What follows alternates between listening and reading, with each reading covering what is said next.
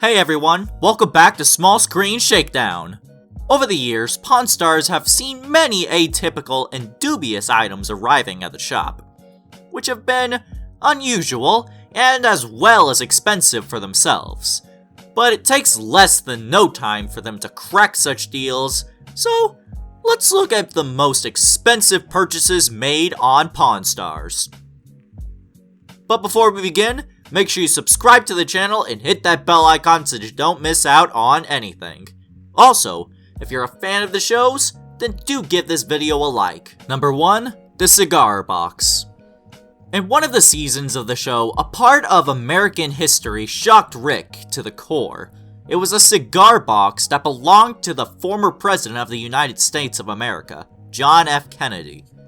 Although the box was just something that sat on his desk, it held great value, and so did the unsmoked cigars. Since the seller knew its worth, he asked for $95,000, but Rick convinced him to drop the call to about $60,000, since the president's other cigar boxes had been sold for over $500,000 back before. It was an epic deal. Number 2, the trading bell. When the centuries-old Indian ship bell was brought into the shop by a woman, it immediately had the Harrison brothers sweating. But an older brother wasn't convinced and doubted that it may be a reproduction, since the woman herself was skeptical. But when they called over an expert for a consultation, they were surprised to know that the ship bell was pretty old and belonged to the year 1602. On further interrogation, they were informed that it was worth no less than $15,000, which was a great deal to crack since it, in no doubt, would be an eye-catcher for people who seek antique stuff. Number 3, 1932 Ford Roadster. Since the start, Pawn Stars have spent over $1 million on vintage cars, who they think hold a lot of values for customers.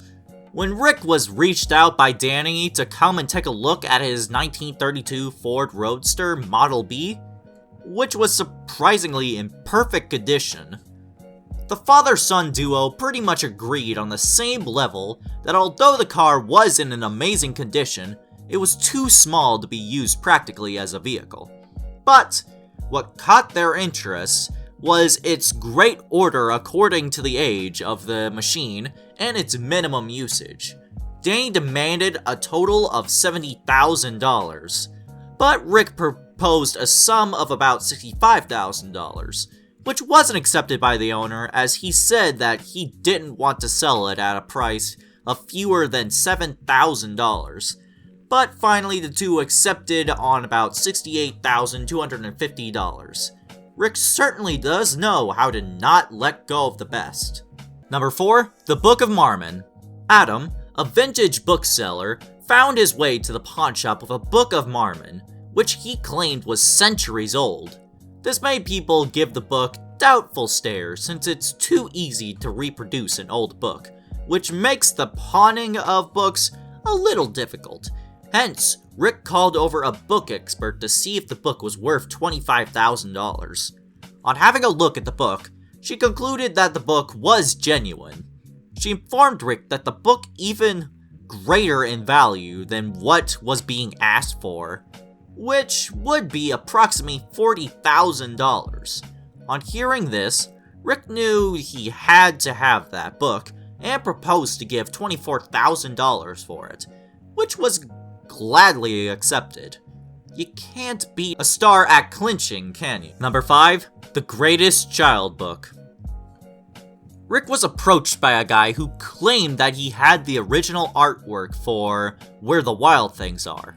The book was published in 1963, and it was about how a kid became the king of the jungle, which was full of beasts. The response to the book was mind-blowing and unpredicted. Maurice Sendak''s artwork is critically acclaimed and is recognized everywhere in the world. Knowing the fact, Rick had no other option but to negotiate with the seller in such a way that both parties go home happy. Nick, the seller, put forward the sum of $375,000 because of the condition of the drawings. When it comes to dealing with such high prices, Rick makes sure to take experts' opinion. On consulting him, Harrison got to know that the drawings are worth it, and a total of $310,000 would be enough. So Rick proposed an amount of $200,000, which was immediately turned down by Nick. After some discussion, finally the amount was settled, which was $250,000, making it the highest purchase. Not only these, but several other purchases are made by Rick Harrison and his family, which indeed lie in the list of most expensive purchases. But what can we say?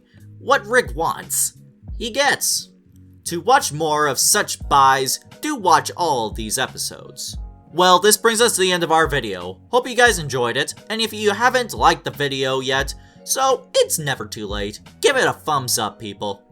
We'll see you soon in another video. Until then, take care and goodbye!